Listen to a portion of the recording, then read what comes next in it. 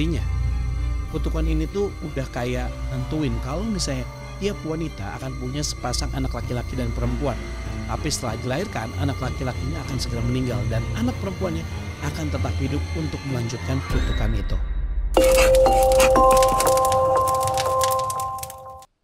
Kembali lagi di Unseen, ruang untuk merasakan karena tidak semua bisa dilihat.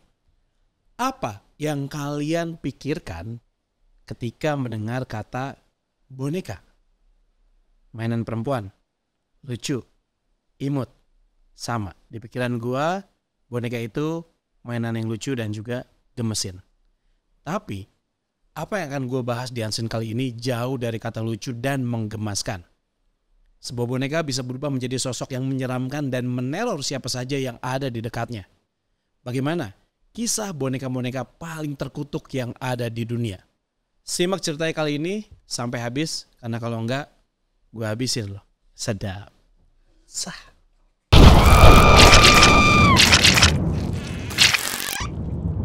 Pertama, boneka Leta. Boneka Leta sudah ada sejak 200 tahun yang lalu dan dibuat sama seorang dukun Romania. Dukun tersebut membuat boneka ini untuk seorang anak kecil dari kaum Gypsy. Tapi sayangnya anak itu meninggal di usia 6 tahun karena tenggelam dan konon jiwanya terperangkap selamanya di dalam boneka Leta. Boneka Leta dibuat dari rambut manusia asli dan di balik rambutnya ada sesuatu yang mirip kayak otak manusia. Hidungnya pun ngingetin gue sama tokoh kartun penyihir zaman dulu. Boneka Leta ini awalnya ditemuin sama seorang lelaki bernama Kerry Walton pada tahun 1970-an di New South Wales, Australia. Saat itu, Kerry ditantang sama temannya untuk masuk ke sebuah rumah kosong demi menghadapi ketakutannya. Di dalam rumah kosong tersebut, Kerry menemukan sebuah boneka dan akhirnya dia memutuskan untuk membawa pulang boneka tersebut. Boneka tersebut diberi nama Leta. Hal aneh pun terjadi, anjing peliharaan Kerry terus menggeram dan melonglong ke boneka Leta. Boneka itu pun sering berteriak dengan mengeluarkan suara. Leta meow. Dengan mata yang tiba-tiba berubah warna. Kerry pun cerita kalau misalnya Leta ini sering berjalan masuk dari ruangan satu ke ruangan lainnya dan mampu bergerak sendiri. Bahkan saat tahun 1994, ketika Kerry lagi diwawancarai tentang boneka Leta ini, tiba-tiba lampu yang ada di ruangan tersebut meledak. Light bulb. Just a coincidence? Keisha has other ideas. Apakah ini sebuah kebetulan? Atau kebenaran? Kedua, boneka Okiko. Tahun 1918 di Hokkaido, Jepang, pemuda bernama Eikichi Suzuki membelikan sebuah boneka yang memakai baju kimono dengan potongan rambut bob pendek untuk adiknya yang bernama Okiko. Saking Okiko suka sama bonekanya, dia sampai menamai dengan namanya sendiri. Setahun kemudian, Okiko sakit karena komplikasi flu dan demam yang makin parah sampai akhirnya meninggal. Orang tuanya pun ingin memasukkan boneka Okiko ke dalam peti anaknya, namun mereka lupa. Alhasil, boneka Okiko itu hanya ditempatkan di altar keluarga saja.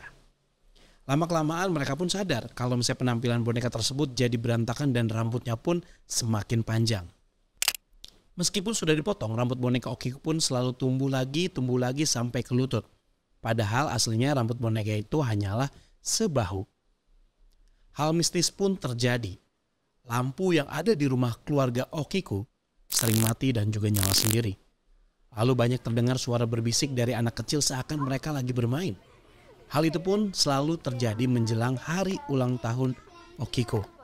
Sampai akhirnya pihak keluarga menitipkan boneka tersebut ke kuil yang dekat dengan daerah mereka tinggal. Dan di kuil itu pun tiap tahun rambut boneka Okiko tetap tumbuh kembali. Terkadang bibir boneka Okiko juga menyeringai tersenyum kepada orang yang menatap dirinya. Sejak itu dipercaya arwah Okiko menempati boneka tersebut. Kalau misalnya di rumah kalian punya boneka dan ternyata boneka itu ketika kalian liatin ternyata tersenyum balik ke arah kalian. Apa yang akan kalian lakukan? Kalau gue senyumin balik. Habis itu gue lari. Ketiga, boneka Joliet. Boneka yang dikenal karena bisa membawa kutukan bagi siapa saja yang memilikinya. Bahkan boneka ini sudah meneror sebuah keluarga selama 4 generasi. Kejadian mengerikan ini dialami oleh keluarga Ana dari mulai nenek buyutnya, terus ke nenek Ana, lanjut lagi ke ibunya Ana, sampai ke Ana sendiri yang mengalaminya. Boneka ini awalnya diberikan oleh seorang teman ke nenek buyutnya si Ana nih sebagai hadiah atas kelahiran anaknya. Dia melahirkan sepasang bayi laki-laki dan juga perempuan. Namun gak lama kemudian bayi yang laki-laki meninggal. Nah, berarti kan sisa anak perempuannya ya. Anak perempuan ini adalah neneknya Ana. Setelah anak perempuan ini tumbuh dewasa dan menikah, ia pun hamil dan melahirkan sepasang bayi laki-laki dan juga perempuan. Tapi gak berlangsung lama, bayi laki-lakinya pun meninggal.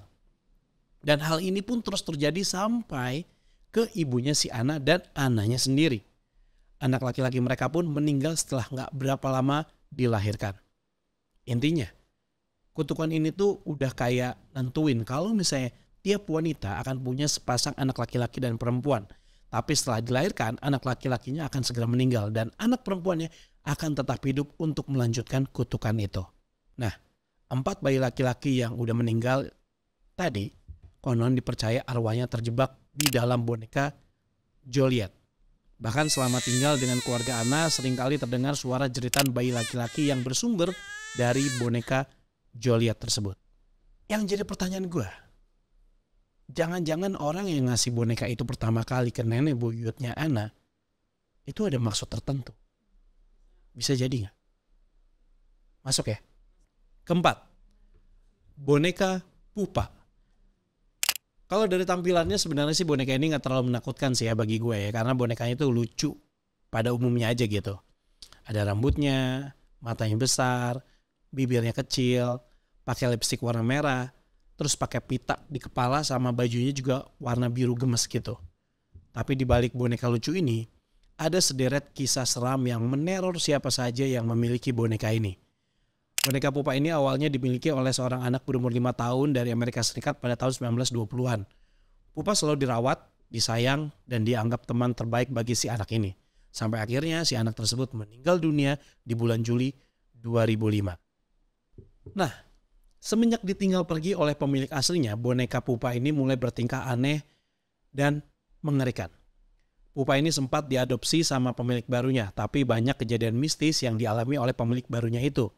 Pemilik barunya ini sempat coba rekam kejadian mistis yang dilakukan oleh Pupa.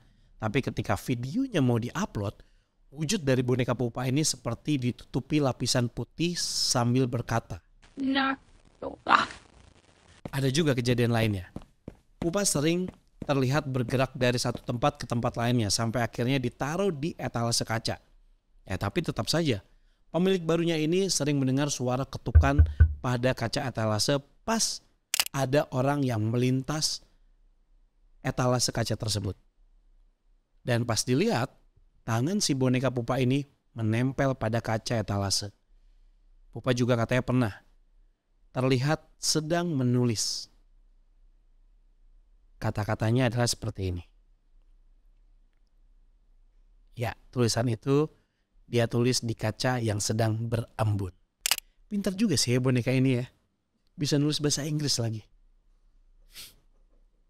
Serem sih kalau ngeliat langsung ya. Ya gitulah pokoknya. Kelima, boneka Zuzi. Untuk kisah boneka Zuzi ini, pasangan paranormal terkenal Ed dan juga Lorraine Warren sampai ikut turun tangan ngebantu keluarga ini. Boneka Zuzi ini juga menginspirasi James Wan ini buat film Conjuring dan juga Annabelle. Jadi pada tahun 1983, sepasang orang tua bernama Linda dan juga Jerry Platt ini mengadakan pesta ulang tahun ke-6 untuk anak mereka yang bernama Heather. Nah, Heather ini diberikan kado sebuah boneka buatan tangan dari tantenya yang bernama Robin. Lantas boneka itu diberi nama boneka Zuzi. Nih, kalau misalnya gue jadi Heather ya, ini fix banget nih, gue akan nolak duluan sih. Tapi si Heather ini malah suka banget nih sama boneka Zuzi. Bahkan saking sukanya boneka Zuzi ini dibawa kemanapun. Beberapa hari kemudian, keanehan pun terjadi. Malamnya Linda terbangun sama suara geraman binatang di luar rumahnya. Pas dia cek jendela, ada bayangan hitam di dalam kegelapan yang tampak jalan ke arah rumah mereka. Bayangan itu pun semakin dekat, dan semakin dekat. Sehingga tiba di suatu lampu jalan, bayangan itu pun akhirnya menghilang. Pagi harinya, Linda mendengar suara gaduh yang berasal dari dapur. Tapi ketika dicek, tidak ada siapapun dan keadaan dapur sudah berantakan. Lanjut, di suatu sore kakaknya Heather ini, si Lisa ini pengen ambil sepatu roda di kamarnya. Tapi dia kaget pas lihat boneka Suzy ini duduk terdiam di atas kasur. Dia pun minta bantuan ibunya untuk mindahin boneka Suzy tersebut. Pas disamperin, boneka Suzy itu sudah nggak ada di atas kasur. Tapi mereka dengar ada suara di kamar mandi dan ternyata mereka melihat boneka Suzy sedang duduk di WC dengan celana di bawah. Ya, seperti orang sedang buang air. Terus ada juga hal aneh. Bangku yang tadinya di lantai tiba-tiba sudah ada di atas meja makan dengan posisi 2 kaki di depan dan 2 kaki di belakangnya menggantung. Ini bentar. Ini seharusnya jatuh gak sih? Ya kan? 2 kaki. Gimana sih? Ini mesti melayang kan? Oke. Lanjut. Gak hanya itu. Linda juga pernah nih. Lagi enak-enak makan tiba-tiba ada kelereng yang gelinding ke arahnya. Terus boneka Suzy juga sering bergerak sendiri pindah ke kursi goyang. Baju-baju yang udah dilipat juga sering diberantakin lagi. Akhirnya mereka pun memanggil bantuan Ed dan juga Lauren Warren sama para pendeta untuk mengusir arwah jahat dari boneka Suzy itu. Puncaknya, Heather pun kesurupan arwah tersebut hingga proses pengusiran arwah jahat tersebut selesai, boneka Suzy pun dibuang. Dan Heather udah gak pernah ketemu boneka itu lagi. Oke, dari keempat boneka terkutuk yang menghantui para pemiliknya, menurut kalian mana yang paling serem? Siapa? Itu bukan boneka dong. Nggak ada yang bilang, aku bukan boneka. Boneka. Itu bukan boneka. Itu penyanyinya. Iya sih. Kayak boneka. Gemes kan? Atau mungkin kalian punya pengalaman tersendiri mengenai boneka. Mungkin bisa kalian ceritain di kolom komentar atau pengen cerita kalian lengkap bisa email aja ke email kita di fadipotret@gmail.com. Siapa tahu nanti ceritanya bisa kita bawain. Oke, kita nggak pernah tahu ya, barangkali boneka di samping kalian ini diisi oleh arwah penasaran yang hidup di dalamnya. Jadi saran gue sih, gue mau ngasih saran tapi gue nggak punya boneka. Gue lagi mikir, gue nggak punya boneka ya di rumah ya. Guling yang bernafas. Pernah kan? Pernah diceritain loh, gulingnya itu menghembuskan nafas. Sampai gue melogikakan, mungkin karena lu terlalu dekat sama guling, jadi pas nafas mantul. Oke, gue nggak ada saran. Kalau kalian punya boneka, ya udah anggaplah itu boneka ya. Itu aja sih paling saran dari gue. Jangan lupa subscribe, like, komen, dan juga kalau misalnya kalian suka sama ceritanya, jangan lupa juga untuk share ke teman-temannya. Siapa tahu teman-temannya punya boneka, siapa tahu punya masalah sama boneka, bisa dipanggil Ed dan juga Lauren. Jauh aja. Oke, sampai jumpa lagi di episode selanjutnya, tentunya di Unseen. Udah gitu aja. Dah.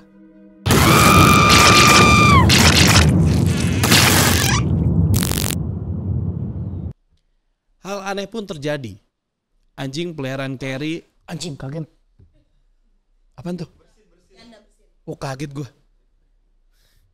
Saking Okiko suka sama bonekanya. Emang belnya udah ditaruh lagi depan? Enggak. Belnya dalam rumah. Belnya di mana? Mas, bel emang udah dipasang? Oh udah. Ah, gimmick lu, konten kreator ya? Belnya udah dipasang.